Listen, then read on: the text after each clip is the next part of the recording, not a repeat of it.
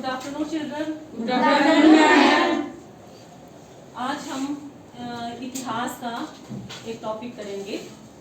पहले भी हमने बहुत सारे टॉपिक किए हुए हैं। Yes ma'am. तो आज भी हम उन्हीं में से एक टॉपिक लेंगे। तो जब भी इतिहास की बात आती है तो हम लोग हमारा जो ध्यान है वो कहाँ चला जाता है? पुरानी बातों में और इतिहास में घटी हुई घटनाओं में। हाँ, इतिहास में घटी हुई घटनाओं में, महत्वपूर्ण घटनाओं की ओर। तो हमारे जो भारत का जो इतिहास रहा है उसमें सबसे जो महत्वपूर्ण घटना है हमारी वो यही है कि हमारे भारत में अंग्रेजों ने जो हमें गुलाम बनाकर रखा था, यस मैम, पूरे 200 वर्षों तक उन्होंने भारत में क्या किया था? राज किया। और उन 200 वर्षों में उन्होंने भारत को ना सिर्फ लूटा बल्कि भारतीयों के साथ जो कुछ भी अत्याचार किए, जो दमनकारी नीतियां उन्होंने भारत में की थी, यस मैम, उनको याद करके आज भी हमारा दिल जो है वो क्या हो जाता है? बहुत दुखी होता है। Yes ma'am. ठीक है। तो इन्हीं घटनाओं को जब भारत में अंग्रेज अपनी दमनकारी नीतियों को बिल्कुल चरम सीमा पर थे, उनकी दमनकारी नीतियां, उस समय बहुत से जो विद्रोह हुए थे उनके खिलाफ। ठीक है। विद्रोह समझते हैं आप लोग? विद्रोह क्या होता है? क्या होता है विद्रोह? विद्रोह होता है मतलब कि किसी जो हमारे लिए कोई नीतियां बनाता है उसको मानने से इनकार करना। ठीक है। उनके खिलाफ खड़े हो जाना, वो विद्रोह होता है। ठीक है ना? Yes ma'am. तो इसी चर्चा को आगे बढ़ाते हुए आज हम लोग एक क्रांति हुई थी हमारे भारत में, और वो क्रांति हुई थी 1857 में। कब हुई थी? 1857 में। 1857 में। तो उसी के विषय में आज हम पढ़ेंगे कि जैसे मैंने यहाँ पहले से लिखा हुआ है कि 1857 का विद्रोह। तो इस विद्रोह के जो कारण रहे हैं, किन किन कारणों की वजह से ये विद्रोह जो है वो करना पड़ा था, उन कारणों के बारे में हम एक एक करके थोड़ा सा जानेंगे। ठीक है। तो सबसे पहला जो इसमें कारण रहा है वो है सैन्य कारण। तो उस वक्त भारत में जो ब्रिटिश शासन था, ब्रिटिश शासन में जो सैनिक थे वो 87% जो था उनका वो भारतीयों का था। और वो सारे के सारे जो सैनिक थे वो उनकी जो बैकग्राउंड थी वो कहाँ से थे? वो सैनिक मतलब एक कृषक थे वो। ठीक है। किसान वर्ग से आते थे वो। तो अंग्रेजों ने किसानों के लिए जो बहुत सारी जो उन्होंने दमनकारी नीतियां बनाई थी उस वक्त, जैसे कि कर वसूलना, लगान लगाना, है ना? तो इस तरह से वो लोग इतने भड़के हुए थे कि वो उन सैनिकों ने विद्रोह कर दिया कि हम लोग जो है वो अंग्रेजों के खिलाफ खड़े हो जाएंगे। Yes ma'am, yes ma'am, yes ma'am. और उसके बाद उन्होंने अंग्रेजों के खिलाफ जो है वो अपना मतलब अपनी लड़ाई लड़ने का प्रण बना लिया था। उसके बाद आता है राजनीतिक कारण। तो राजनीतिक कारण जो थे, राजनीतिक कारणों में भी अंग्रेजों ने क्या किया कि अपनी उनकी जो विस्तारवादी नीति थी, अपने क्षेत्र को आगे बढ़ाना, मतलब वही उनका एकमात्र उद्देश्य बन गया था कि किसी भी तरीके से पूरे का पूरे भारत को उन्होंने अपने राज में उन्होंने उसको करना था। तो उस वक्त हमारा भारत जो था वो छोटी छोटी रियासतों में बटा हुआ था। तो जितने भी राजा थे उनको वो किसी न किसी तरीके से, चाहे वो बहलाकर, चाहे वो कोई उनको प्रलोभन दे करके वो अपने राज्य में, अपने अधिकार क्षेत्र में उनको कर लेते थे। इसी विस्तारवादी नीति में उन्होंने क्या किया था, उस वक्त जो भारत के जो गवर्नर जनरल थे वो थे लॉर्ड कैनिंग। उन्होंने ये नीति बनाई थी कि जितने भी हमारे राजा भारत में ऐसे हैं जो निसंतान है, जिनकी कोई संतान नहीं है, उनको अपना पुत्र मतलब दत्तक पुत्र लेने की मनाही कर दी कि कोई भी राजा किसी भी बच्चे को गोद नहीं लेगा। ठीक है। क्योंकि कई राजा ऐसा करते थे कि जिनके बच्चे नहीं होते थे वो अपना किसी बच्चे को गोद लेकर के अपने वंश को आगे बढ़ाते थे वो। Yes, तो ma'am. उन्होंने ये कानून बना दिया कि कोई भी राजा किसी को भी गोद नहीं लेगा। और उससे क्या हुआ कि जो भी राजा निसंतान थे, जब उनकी मृत्यु होती थी तो वो क्या करते थे, उस साम्राज्य को अपने अधिकार क्षेत्र में कर लेते थे। इसी तरह से झांसी को उन्होंने करना चाहा। झांसी की जो रानी थी, उनके कोई भी संतान नहीं थी, तो उन्होंने एक दत्तक पुत्र गोद लिया हुआ था और उसको उन्होंने उत्तराधिकारी मानने से इनकार कर दिया कि झांसी का कोई भी उत्तराधिकारी हम नहीं मानेंगे। और उन्होंने झांसी की रानी को, झांसी को अपने अधिकार में करने की कोशिश की। और झांसी की रानी लक्ष्मीबाई जो थी, उन्होंने, आप लोगों ने पढ़ा है पहले भी कि किस तरह से अंग्रेजों का डट करके मुकाबला किया था। Yes, ma'am. ठीक है? Yes, ma'am. इसी तरह से उन्होंने नागपुर, सतारा, अवध, ये सारी रियासतों को उन्होंने जो है वो अपने अधिकार में कर लिया था। Yes, ma'am. Yes, ma'am. अब इसके बाद आता है सामाजिक और धार्मिक कारण। तो सामाजिक कारण जो थे, सामाजिक कारणों में अंग्रेज जो थे वो भारतीयों के साथ बिल्कुल जानवरों की तरह व्यवहार करते थे, अमानुष व्यवहार करते थे। तो ये भी एक कारण था, ये भी एक कारण था ये 1857 की विद्रोह का, कि किसी भी भारतीयों को, आपने ये पढ़ा भी होगा, सुना भी होगा कहीं पे, कि उन्होंने इस तरह के बोर्ड जगह जगह लगा के रखे होते थे उस समय कि dogs and Indians are not allowed. इसका मतलब है कि कुत्ते और भारतीय जो वो यहाँ पर, उनका आना जो है वो वर्जित है उनका आना।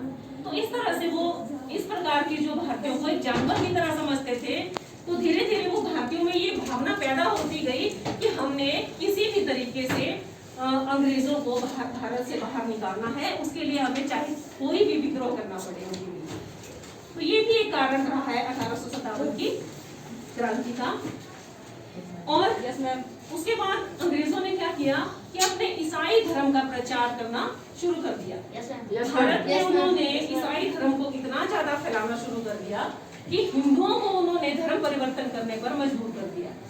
बहुत से हिंदू लोगों को उन्होंने ईसाई बना दिया। तो ये भी एक कारण रहा है कि भारत के जो बहुत संख्या में जो अन्य जातियां थी, उन्होंने इसका विरोध किया कि हम जो है वो ईसाई नहीं बनेंगे और भारत में ईसाई धर्म का प्रचार प्रसार नहीं होने देंगे। ठीक है? उसी प्रकार से जो अंग्रेजों का जो उस समय रहन सहन, खान पान, व्यवहार था, यानी कि पाश्चात्य संस्कृति को पूरी तरह से वो भारत में फैलाने की कोशिश कर रहे थे, तो उससे भी भारतीय जो थे, भारतीयों को बहुत बड़ा वर्ग ऐसा था जो ये चाहता था कि ये जो है वो गलत हो रहा है भारत में और हमने इसके खिलाफ आवाज उठानी चाहिए। Yes, ma'am. ये भी एक कारण रहा है 1857 की क्रांति का। उसके बाद आते हैं आर्थिक कारण। तो आर्थिक कारण में अंग्रेजों ने भारतीयों के ऊपर इतने ज्यादा कर लगा दिए थे, लगान लगा दी थी कि उनका मतलब पूरा का पूरा जीवन जो है वो कर अदा करने में ही निकल जाता था। ठीक है? कुछ लोग तो ऐसे थे बेचारे कि इतना ज्यादा उन पर करों का, कर्जों का बोझ था कि उनकी कई पीढ़ियां जो है वो कर अदा करते करते ही मर जाती थी, लेकिन उनका जो अंग्रेजों का जो कर होता था वो दे नहीं पाते थे।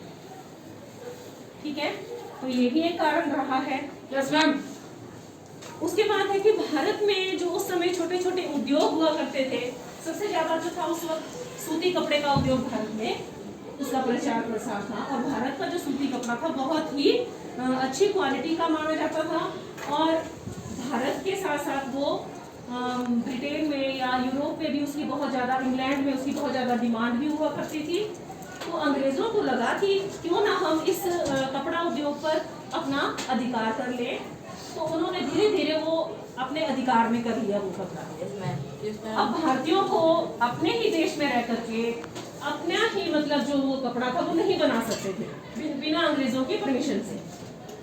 और फिर उन्होंने धीरे धीरे क्या किया कि भारत से वो कच्चा माल ले जा करके इंग्लैंड ले जाते थे और वहां पर मशीनों के द्वारा वो कपड़ा तैयार किया जाता था और उसको फिर भारत में आकर हम भारतीयों को ही वो बहुत ज्यादा दामों पर उस कपड़े को बेचते थे। और उसके खिलाफ भी भारतीयों ने आवाज उठाई। आपने पहले भी पढ़ा है, हमने कि किस तरह से लोगों ने जब इसका विरोध किया था तो उन अंग्रेजी वो जो कपड़े थे उसको जला दिया था, उन्होंने पहनने से इनकार कर दिया था। Yes ma'am.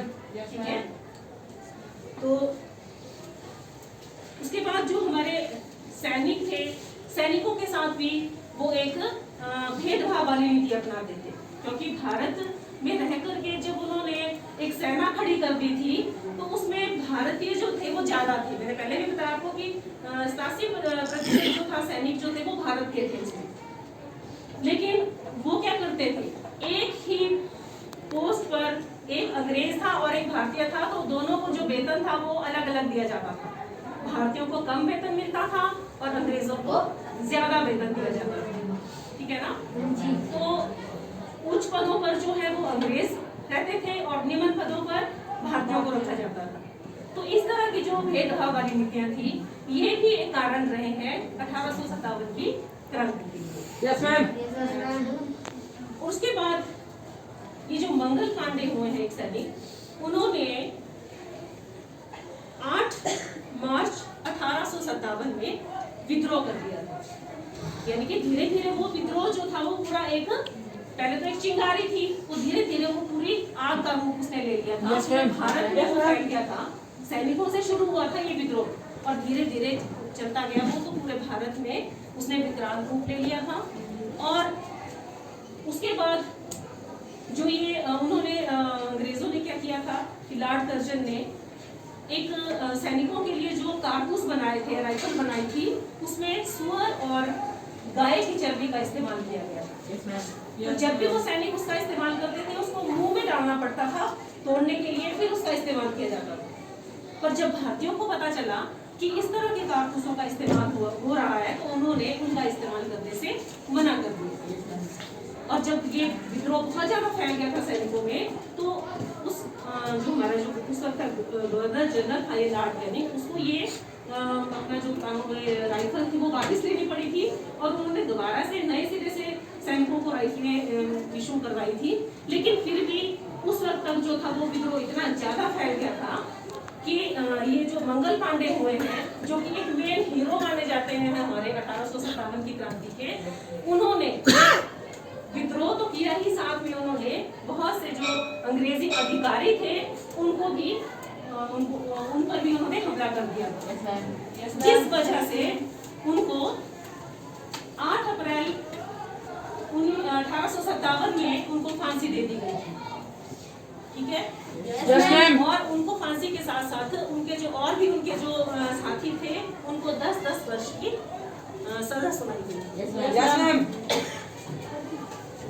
तो ये था हमारा आज का टॉपिक।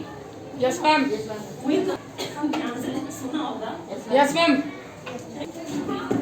अच्छा, अब मैं आप लोगों से थोड़ा सा इसकी पुनरावृत्ति कर लेते हैं कि क्या आप लोगों ने ध्यान से सुना है इसको या नहीं सुना है। ठीक है? तो अब आप लोग बताएंगे कि ये जो 1857 की जो क्रांति हुई थी, इनका जो मेन जो हीरो माना जाता है उनका नाम क्या था? मंगल पांडे। मंगल पांडे, सही। और बेटा, और जो झांसी की रानी के साथ जो अंग्रेजों का जो युद्ध हुआ था वो किस कारण से हुआ था? बच्चे को हाँ, बिल्कुल सही बताया कि तो अंग्रेजों ने क्या बोला था कि वो निसंतान जो कोई राजा है वो कोई किसी भी बच्चे को गोद नहीं दे सकते हैं। और ये मंगल पांडे को फांसी कब दी गई थी भाई?